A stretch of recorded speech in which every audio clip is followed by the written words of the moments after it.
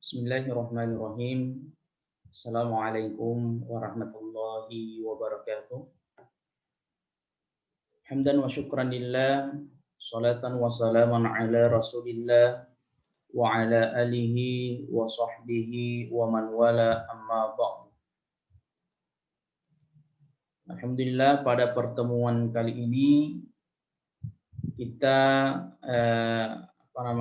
sedikit akan membahas persoalan tentang motivasi Al-Quran. Ya, kita kajiannya ini ya kajian ilmu ma'anil Quran. Dalam Quran surah Al-Insyirah. Ini sebenarnya menarik ini. Kalau ada yang mau nanti jadikan sebagai skripsi ini boleh. Yang penting kajiannya komprehensif dan ilmiah. Nah, kita lihat. Saya besar dulu yang gambarnya. Nah, surah Al-Insyirah ini terdiri dari 8 ayat, termasuk golongan surah Makkiyah yang diturunkan setelah surah Ad-Duha. Sebenarnya ini memiliki banyak nama, seperti yang kita ketahui, Al-Insyirah, Alam Nasyarah, Asy-Syarh. Ya, karena itu dinisbahkan dari surah itu sendiri. Saya kira surahnya juga sudah dihafal. Ya, Bismillahirrahmanirrahim. Alam nashrah laka sadrak wa wada'na 'anka wizrak alladhi anqadha dhahrak wa rafa'na laka dhikrak fa inna ma'al 'usri yusra inna ma'al 'usri yusra fa idza faraghta fansab wa ila rabbika farghab. Terjemahnya, bukankah kami telah melapangkan untukmu dadamu, dan kami telah menghilangkan daripadamu beban yang memberatkan punggungmu, dan kami tinggalkan bagimu sebutan namamu. Karena sesungguhnya sesudah kesulitan itu ada kemudahan, sesungguhnya sesudah kesulitan itu ada kemudahan. Maka apabila kamu telah selesai dari sesuatu urusan, kerjakanlah dengan sungguh-sungguh urusan yang lain, dan hanya kepada Tuhanmu lah hendak kamu berharap. Kita lihat dari kajian kosakata ya. Al-mufradat ya. Alam, kata alam itu disandingkan dengan nasyrah. Ya, ini sebenarnya biasa dinamakan dengan harfus syartin ya, huruf syarat. Ya, ini masuk ke dalam fi'lun, biasanya masuk ke dalam fi'lun mudhari. Nah, alam nasyrah. Ya, sebenarnya ini nasyrahu, tapi karena ada alam maka dia berubah. Jadi barisnya menjadi sukun, jadi nasyrah. Ya, alam, bukankah, nasyarah, ya kami melapangkan, ya laka itu bagimu, sadraka, dadamu. Jadi Allah telah melapangkan dadanya Nabi Muhammad. Ya, selanjutnya wa wada'na 'anka wizra, dan mengangkat beban yang ada di pundaknya. Ya, makanya seperti yang kita ketahui bahwa ketika bahasa Arab itu mau diartikan secara secara kamus, maka biasanya kurang bagus susunannya. Ya, makanya kita harus berkreasi juga ketika menafsirkan mengartikan bahasa Arab. Tapi khusus Al-Quran biasanya ada terjemahan yang paten yang dikeluarkan oleh Kementerian Agama, dan itu kita bisa ikuti. Alladzi anqadha dhahrak, yang telah memberatkan punggungmu. Ya, dhahrak ya, zahar. Wa rafa'na laka dzikrak, dan meninggalkan untukmu atau sebutanmu. Berikutnya, fa idza faraghta fansab. Jadi maka jika engkau sudah bebas, sudah selesai bekerja, ya, fansab, maka tabah, tetap bekerja keras. Tetaplah tabah, fansab. Ya, jadi harus lebih bekerja keras lagi ketika selesai melakukan satu pekerjaan, maka untuk menuju kepada pekerjaan yang lain itu yang harus profesional. Fa inna ma'al usri yusra, karena sesungguhnya pada kesulitan itu ada kemudahan. Jadi ma'a di sini diartikan bersama.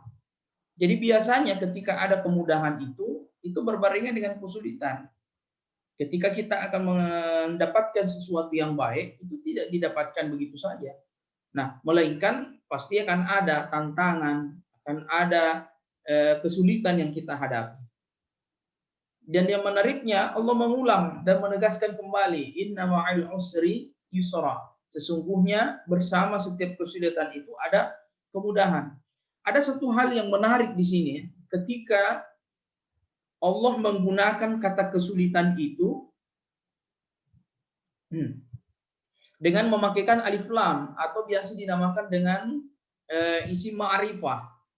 Sedangkan untuk kemudahan Allah menggunakan isim nakirah. Nah, ini ada sesuatu yang luar biasa ya.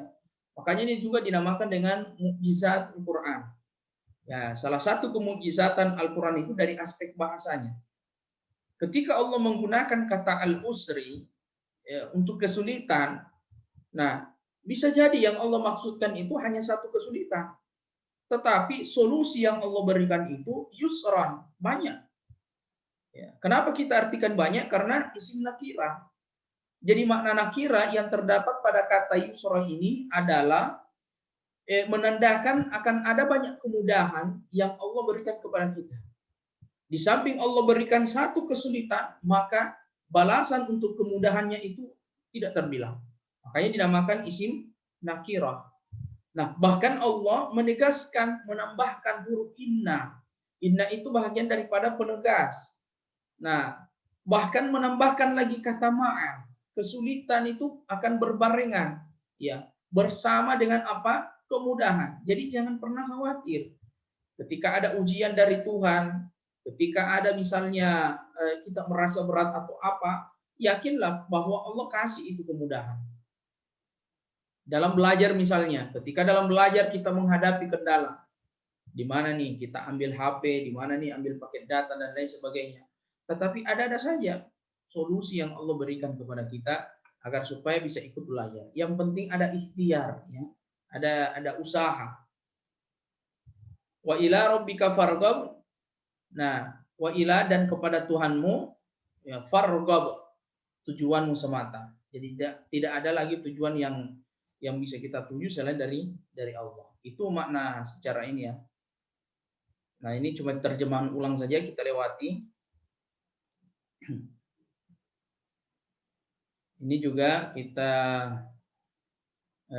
sedikit uraikan ya, nasyrah ya, dari kata syaraha, yang mana ini berarti membukakan, menyingkapkan, menjelaskan.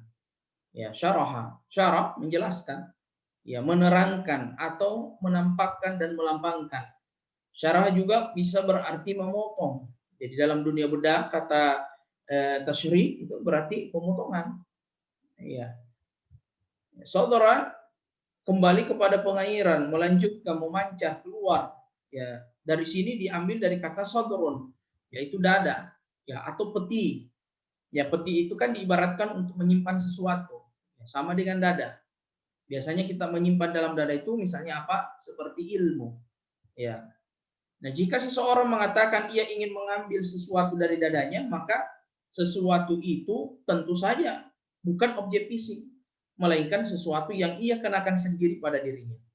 Sehingga ia merasa terhimpit atau terbebani, seolah-olah ia tidak bisa lagi bernapas dengan bebas. Biasanya kan kalau ada beban-beban apa begitu, beban pikiran, itu sesaknya tidak ada ini.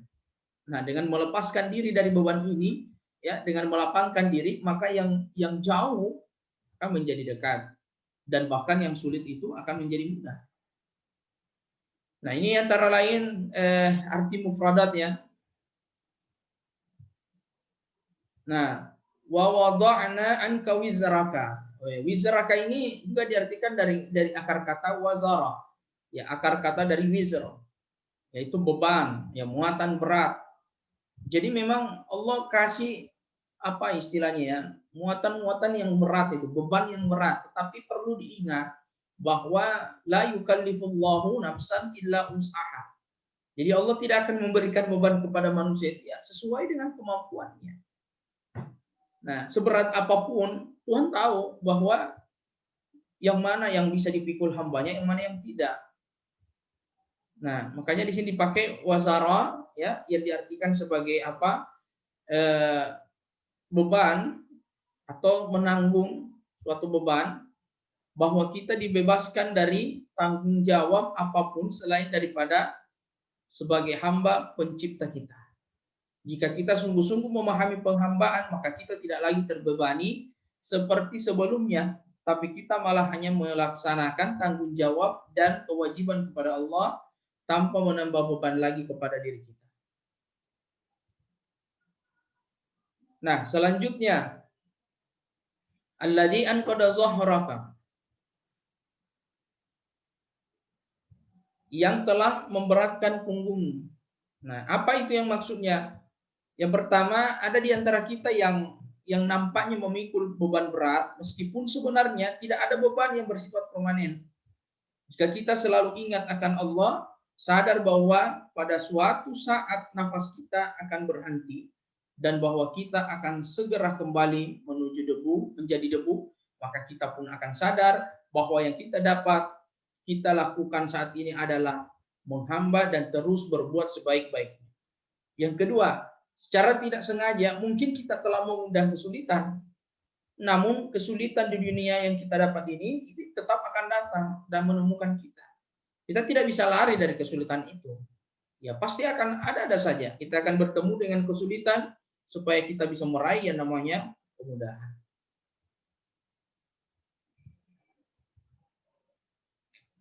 Ini sekedar tambahan saja, kita lewati. Nah, jadi ini ada dua ayat yang menarik yang kita di awal kita sampaikan, ya, bahwa dua ayat ini memberikan penjelasan khusus mengenai yang dinamakan kesulitan itu. Yakni bersama kesulitan ada kemudahan. Nah, yang menunjukkan bahwa hanya ada satu kesulitan. Ini berarti bahwa pada setiap kesulitan ada dua kemudahan atau solusi. Bukan hanya dua, bahkan lebih. Ketika Allah kasih satu kesulitan, maka bisa jadi Allah akan berikan banyak kemudahan. Solusi pertama adalah bahwa kesulitan akan berlalu. Ia tidak bisa berlalu dengan sendirinya, tapi akhirnya ia akan berlalu karena lambat laun kita pergi, ya, lambat laun kita pergi darinya melalui kematian. Solusi yang kedua adalah bagi pencari sejati. Solusinya terletak dalam pengetahuan tentang proses awal terjadinya kesulitan, kemudian melihat kesempurnaan kesempurnaan di dalamnya. Maksudnya, solusi ini dia cari tahu dulu kira-kira sulitnya di mana. Belajar matematika sulitnya di mana, belajar kimia sulitnya di mana. Apa sih yang menjadi sebab ini? Kenapa saya bisa terlalu sulit memahami ini? Ya, apa kesulitannya? Kenapa saya tidak bisa hafal Quran? Dia cari tahu itu dan dia membenahinya dan akhirnya dia dapat solusinya. Fa idza faragta fansab, ya. Jadi makna syar'i, ya, atau lahiriah dari ayat ini adalah bahwa begitu kita selesai berurusan dengan urusan dunia dengan segala tanggung jawab kita di dalamnya, maka hendaklah kita bersiap-siap untuk mencari pengetahuan langsung tentang realitas ilahi.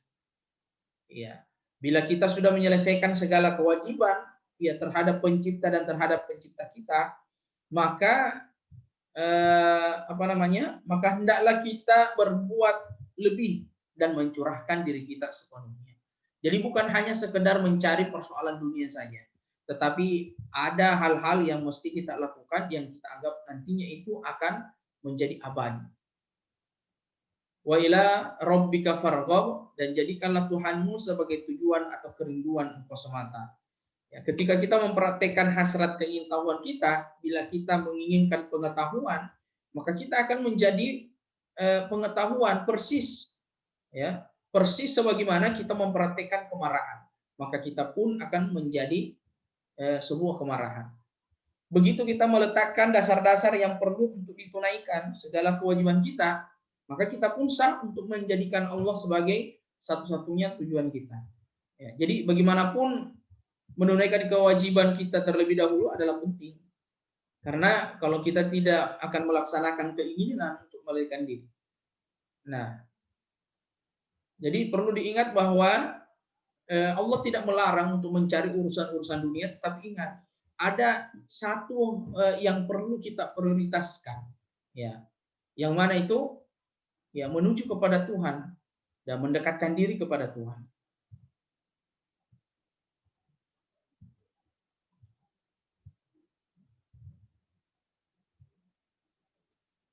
Ini sekedar tambahan saja. Jadi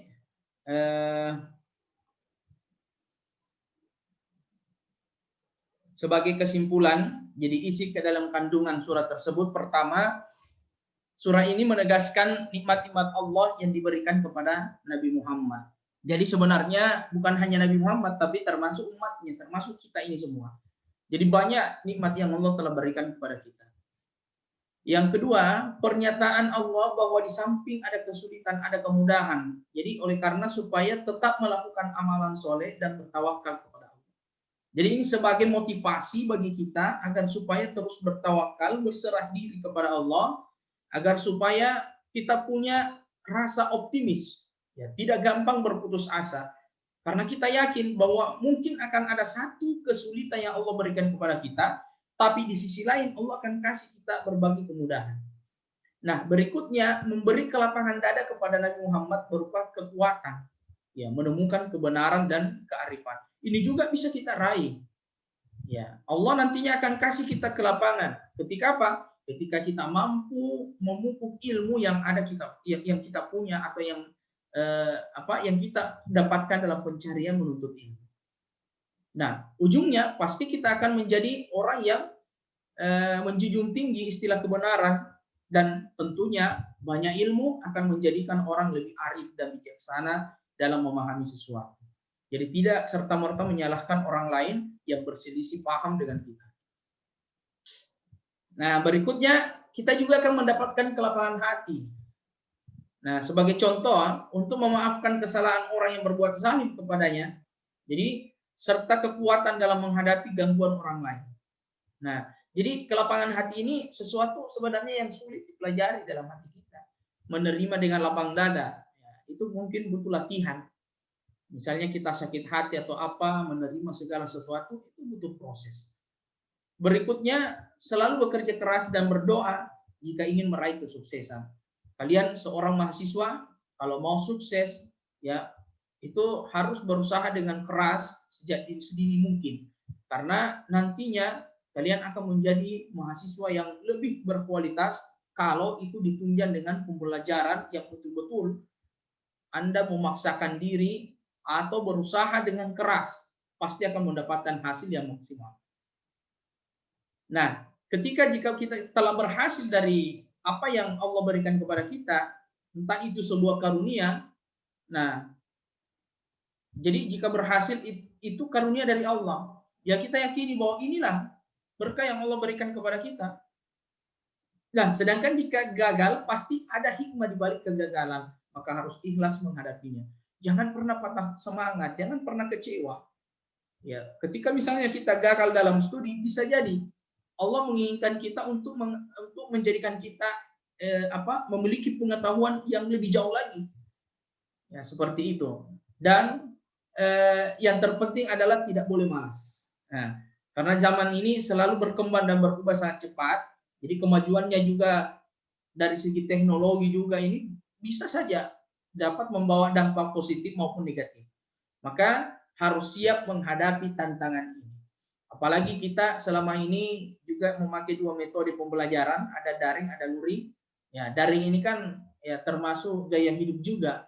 Ya, kadang mungkin teman kita pakai handphone yang bagus, misalnya dia lebih kaya daripada kita, jadi dia bisa beli apa adanya. Ya, apa saja yang bisa dia beli. Ya, kita juga tidak boleh melihat hal yang seperti itu. Nah, tetapi kita tidak boleh ketinggalan, ya, utamanya dalam hal teknologi, karena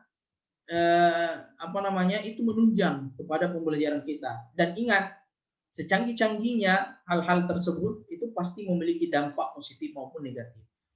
Ya, tinggal kita mengarahkan mau ke arah yang positifnya atau negatifnya. Arah positifnya, gadget misalnya, handphone, bisa kita pakai untuk belajar. Tetapi bisa juga mengarahkan kita hal-hal yang negatif. Misalnya apa? pakai main game sampai larut malam, akhirnya habis kuota, akhirnya ketika pembelajaran dimulai tidak bisa ikut. Nah, itu kan negatif juga. Ya, apabila berhasil dalam menghadapi tantangan, maka akan bisa mempengaruhi perubahan tersebut. Mulailah sekarang dari hal-hal yang kecil. Kalau gagal menghadapi tantangan, maka akan hanyut dalam kesulitan dan kesengsaraan. Allah memberikan banyak nikmat untuk meraih keberhasilan, tidak terhitung jumlahnya. Untuk menjadi berhasil biasanya dihadapkan dengan beberapa kesulitan. Jangan berputus asa. Pasti akan ada jalan keluarnya.